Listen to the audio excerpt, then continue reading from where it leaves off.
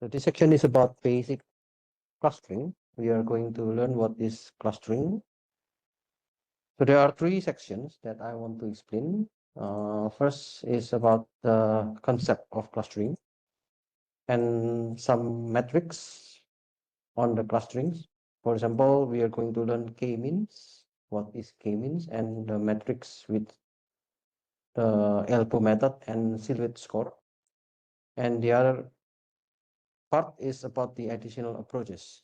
So we are going to learn maybe just simple hierarchical clustering. And I'm going to teach you about the gradient. So you can perform the gradient to show the result of your project later. I will make this gradient in separate files.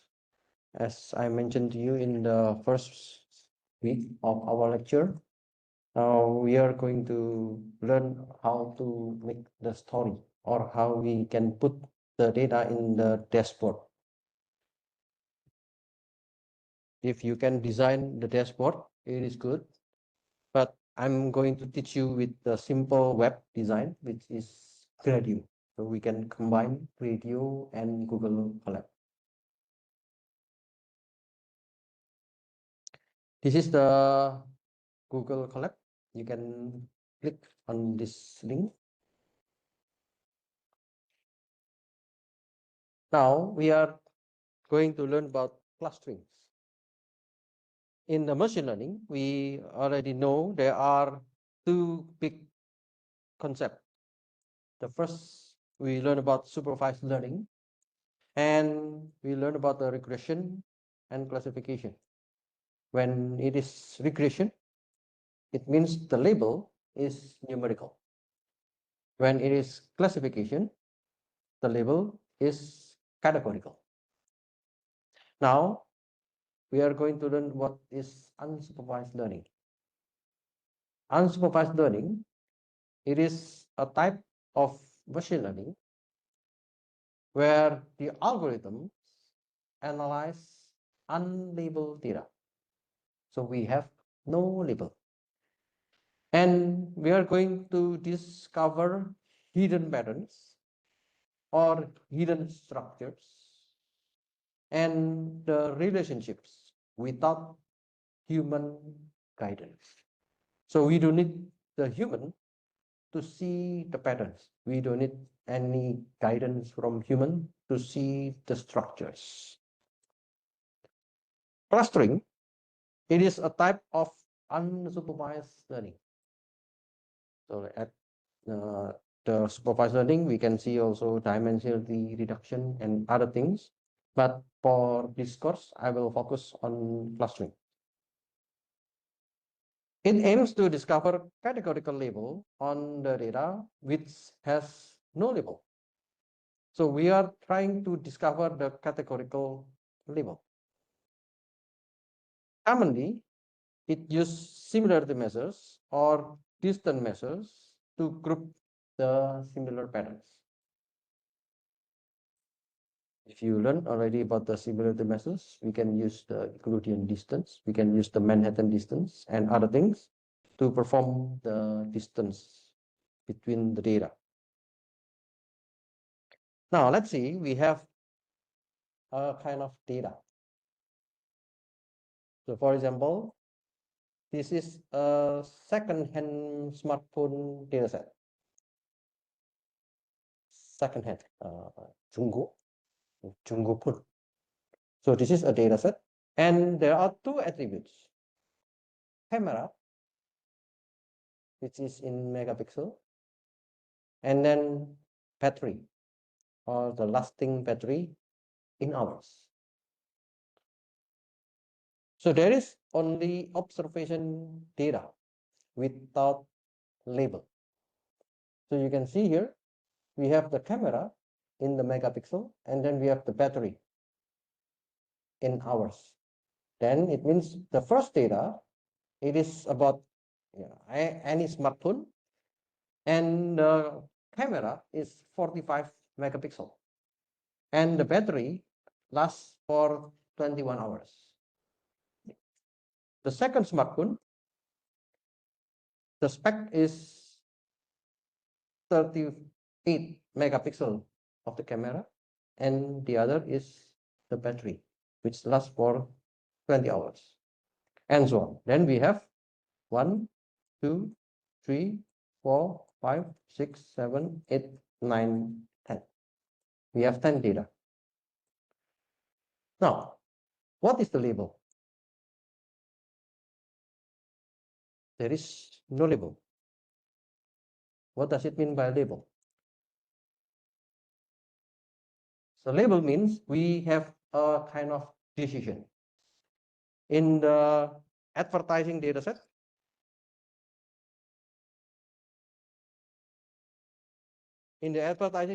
we know that the label is sales. So we can predict the sales if we know how much we spend on the TV, if it is the attribute in the advertising dataset, how much spending on the TV, how much spending on the radio, how much spending on the newspaper, then we can predict the label, which is sales.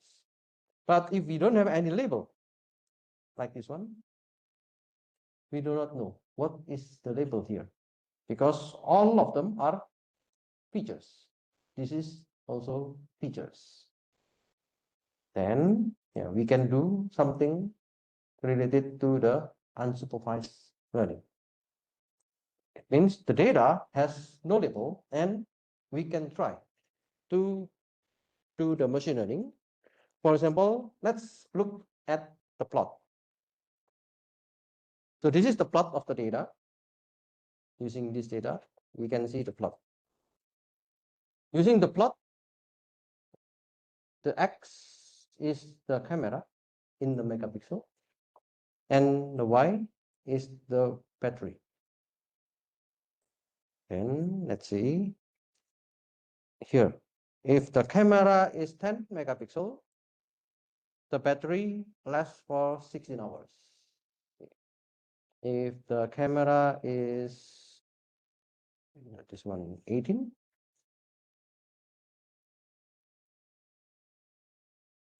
megapixel, is it right? Is it the same data?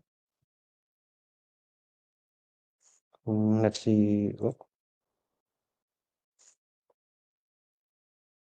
this is 18. Okay, 18, and then the battery lasts for 14 hours.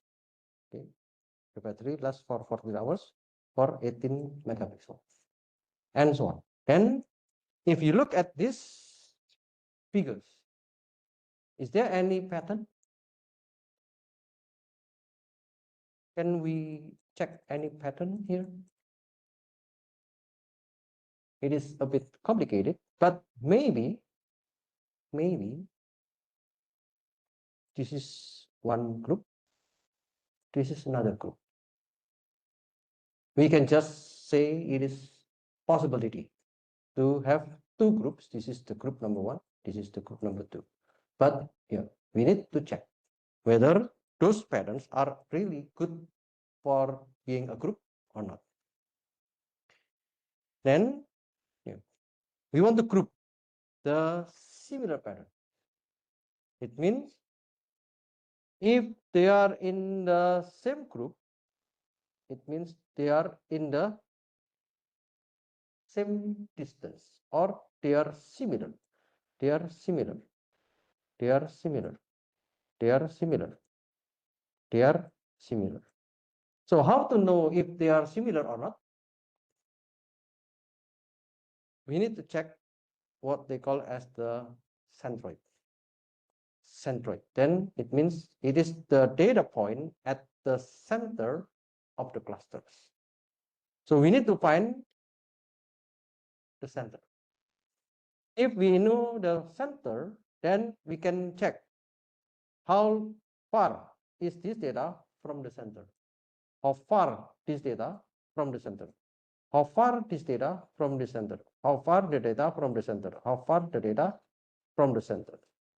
If they are in the good distance, okay, maybe they are in one group. So here also we can check the center. From the center, we can check the distance, the distance, the distance, the distance, and the distance. If the distance are good, then we can say that they can be in one group. So the Schadenfreude is important to see whether they can be in one group or they should be in another group. A good clustering or a good grouping, it means it is a method that will produce high quality clusters. What does it mean by high quality clusters? High intra-class similarity.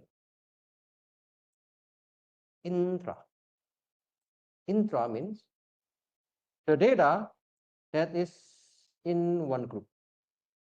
Okay, that's why we call it intra. If the data in the one group is high on the similarity, then we call this is high quality. Or yeah, you can see here the distance very small for each of the data. Then it means okay, they are in one group. Or sometimes we call it cohesive within clusters. The other kind of measure is to check the interclass similarity.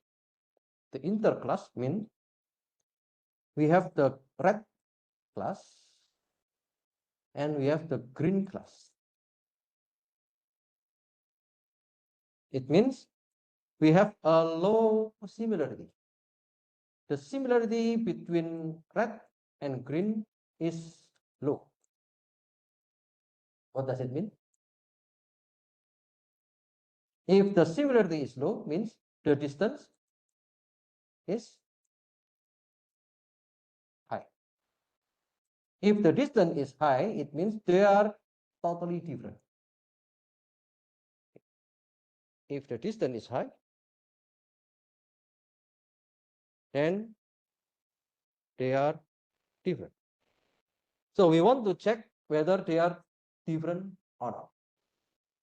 If the similarity is low between this red and green, it is high quality clusters. So you can check. Let's say this is another kind of group. You can see the red and green, some of them are overlapping. The class 1 and class 2, some of them are overlapping. So the quality of clustering is not that good. What about this? Yeah, some of them also overlapping.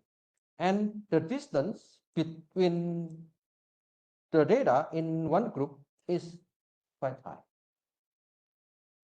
So this is not that good.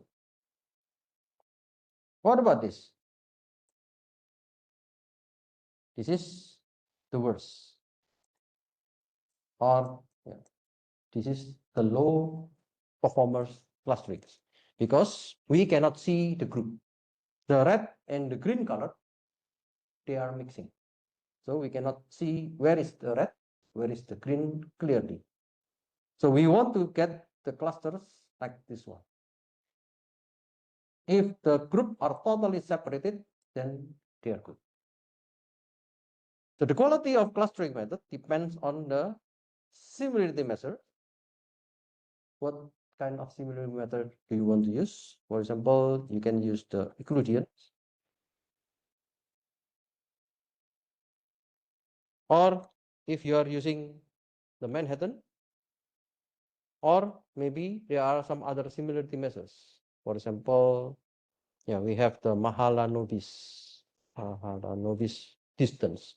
We have another kind of measures. Maybe we can use the cosine similarity and so on. Every measures, they have different ways, and it will create different kind of quality. Its implementation. So later we will check on the implementation. If the implementation without normalization, and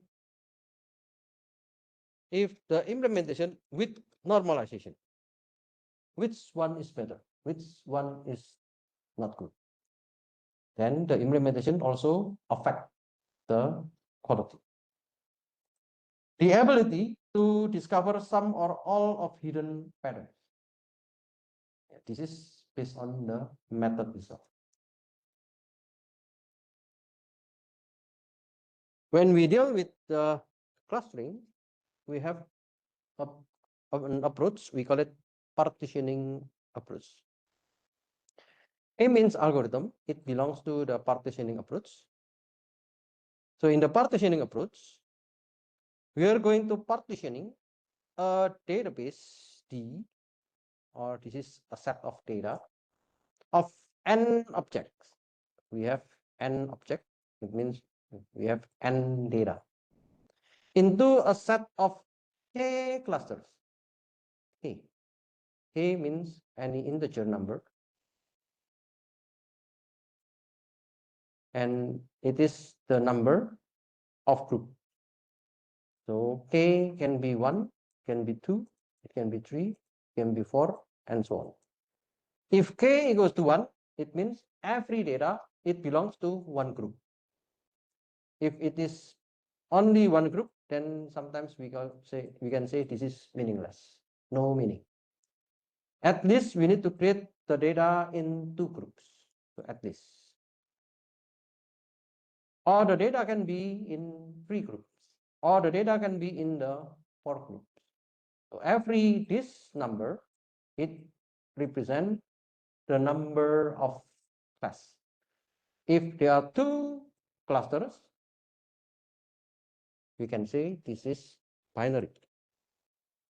So later on, we can use the classification for binary classification. If the class is 3 or 4 and 5 and so on, it means the class will be higher than 2 classes.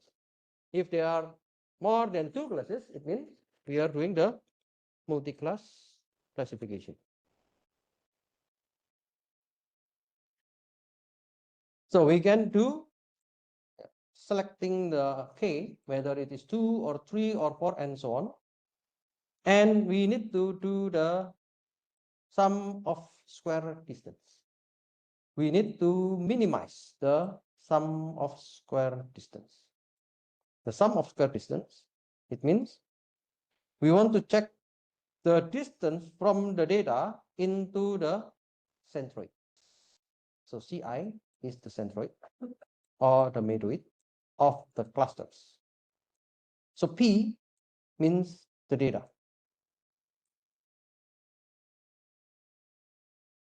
Every data will have a value, and then we check what is the distance to the center, what is the distance to the center, what is the distance to the center, and then we calculate this one. So the error, which is minimum, it will be selected.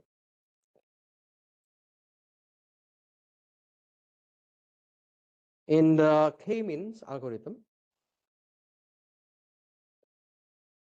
the k-means algorithm, it is implemented in 4 steps. So if you look at this one, it is actually an animation.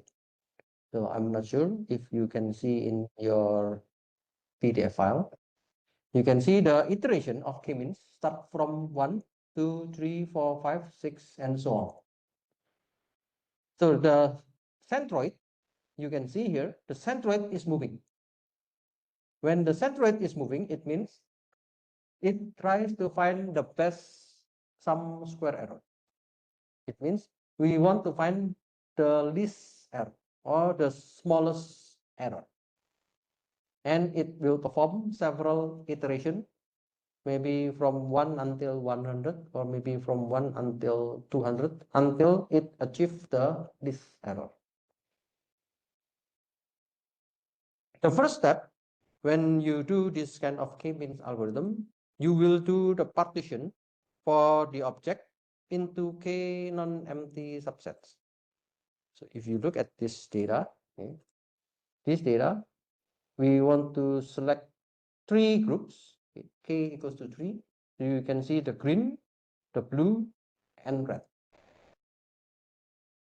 When we partition the objects into 3, green, blue, and red, you can see at the first iteration, the green shows a lot. Okay, so the iteration 1, when it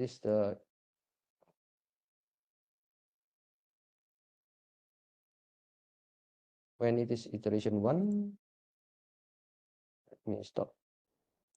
When you can see in the iteration 1, the green color has a lot of groups in intersection with the blue. Okay. When we go to the second iteration, the iteration number 2, when we go to iteration number 2, when now in the iteration number 2, the green color becomes smaller. When we go to the iteration number 3, number 4, number 5, and so on, the green color becomes a group below, and this group belongs to blue only, this group belongs to red only. It means we are going to compute the seed points as the centroids of the clusters of the current partitioning. So once you select the centroid as the center or the mean point, you will calculate. If the centroid is here, then we'll calculate what is the error. If the centroid is here, then we calculate what is the error. If the centroid is here, we calculate the distance and what is the error. Once we know the centroid, we will check what is the nearest seed point. After we got the value, we will go back to this one again. Find the other centroid, find the other centroid, find the other centroid, and then compute again. Stop when the assignment does not change. So if you already have a value, centroid here, the centroid here, and the centroid here, if the error already stable, then stop the iteration.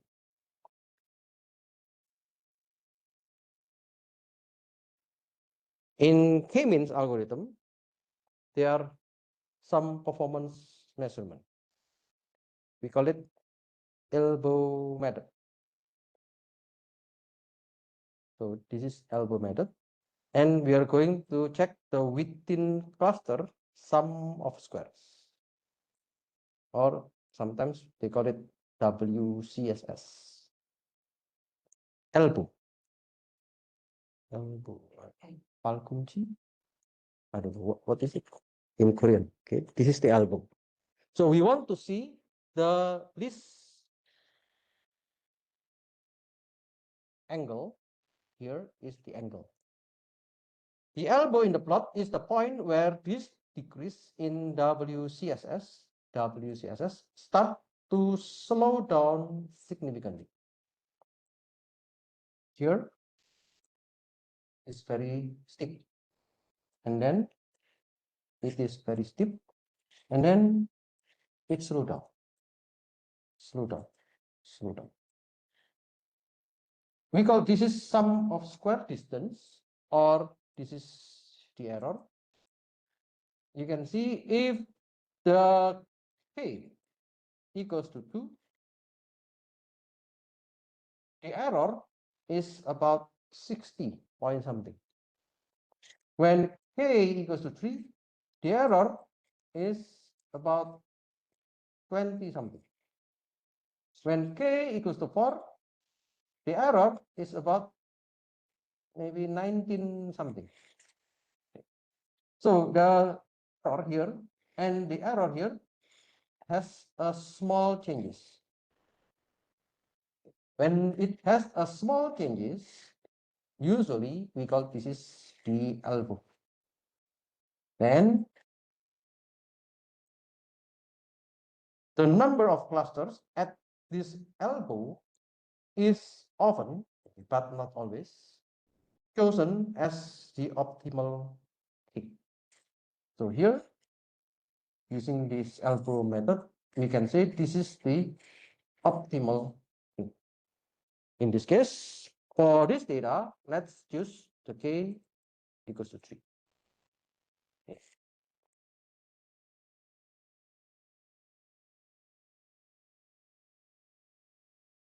We have the data with the second-hand smartphone, and you can see the elbow. So this is the elbow result. If you look at this one, this is the K equals to 2, and here is K equals to 3, and here is K equals to 4, and so on. This is K equals to 5, K equals to 6, 7, 8, 9, 10. Okay. Now, if I look at this figure, I can say that the K equals to 2 is the best. Okay. So we can say that the optimal K in this data set is 2. If you look at this one, the error is having a small gap. Of course, some other people may say that the 3 and 4, it is also small. Why don't we choose K equals to 3?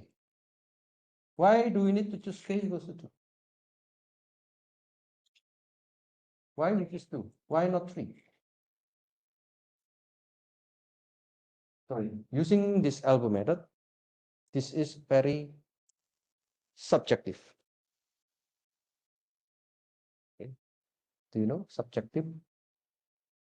It means it is very depending on the person. It is depending on the expert. It is depending who see this approach. For us, for the data scientists, maybe we can say 2. But maybe for the expert, say that no, it should be 3, not 2, because the data has 3 groups and so on. So later we will check with other data set why we can say 2, or sometimes we can say 3, and so on. Using the elbow method, it is sometimes a kind of ambiguous. Am I here? Whether you want to choose 2 or 3, it really subjective. Then there are some other measures. We call it Seulet score. The Seulet score measures how similar an object is to its own cluster, or we call it cohesion, compared to other clusters, or we call it separation. It ranges from -1 to +1. If the value is nearby 1, it indicates that the object is well matched to its own cluster and poorly matched to the neighborhood clusters. If we have a value of -1, it suggests the object might be misclassified, or we do not expect the clustering in the good result. If the value is 0, it indicates that the data points are on or very close to the decision boundary between 2 neighboring clusters. So if we have clusters like this one, and we have clusters like this one, so the data might be here, so in the boundary. We do not know whether this belong to this cluster or this belong to this cluster. So this means the clustering might be ambiguous for these points. So ambiguous means the data might be confusing. We do not know whether it belongs to group 1 or group 2. It means the value is 0. We can plot the SILET score, and this is the SILET score for the second-hand smartphone dataset that I showed you before. As I mentioned to you, when the value is high or nearby 1, that is the best, because we can see that this data is close to one group. Okay, so the data, it means it is clustered in one group, and the other data is clustered in their own group. That's why the number is high, 0.7. Then we can say that the highest value is at k equals to 2. So k, this is k. K means the number of group or the number of cluster. When k equals to 2, we got the SILET score 0.7. When k equals to 3, we have the SILET score 0.57. When k equals to 4, we have the SILET score 0.35, and so on. When the k is increasing, the SILET score is decreasing. So we select the highest one, and the highest one is 2. We can say that the optimal k in this dataset is 2 using the SILET score. And at the end, we can say, since both elbow method and the SILET score show that k equals to 2 is the best, then we can say that the best cluster for this dataset is 2. In order to measure the clustering result, sometimes you need to perform these two. Okay. What is the performance of elbow method? And then what is the performance of SILET score? When you do those two methods, you need to check. If the result, they are the same, 2 and 2, it is good. But what about if the result is different? With the elbow method, let's say you got 3. But with the SILET score, you got 2. So what will you choose? Okay. Later on, we will check with another dataset for this purpose.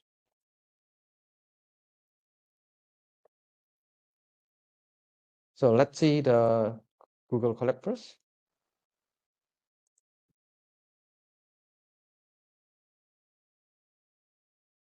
So I'm using some data. I'm using this data, just generated data to show how the clusterings work.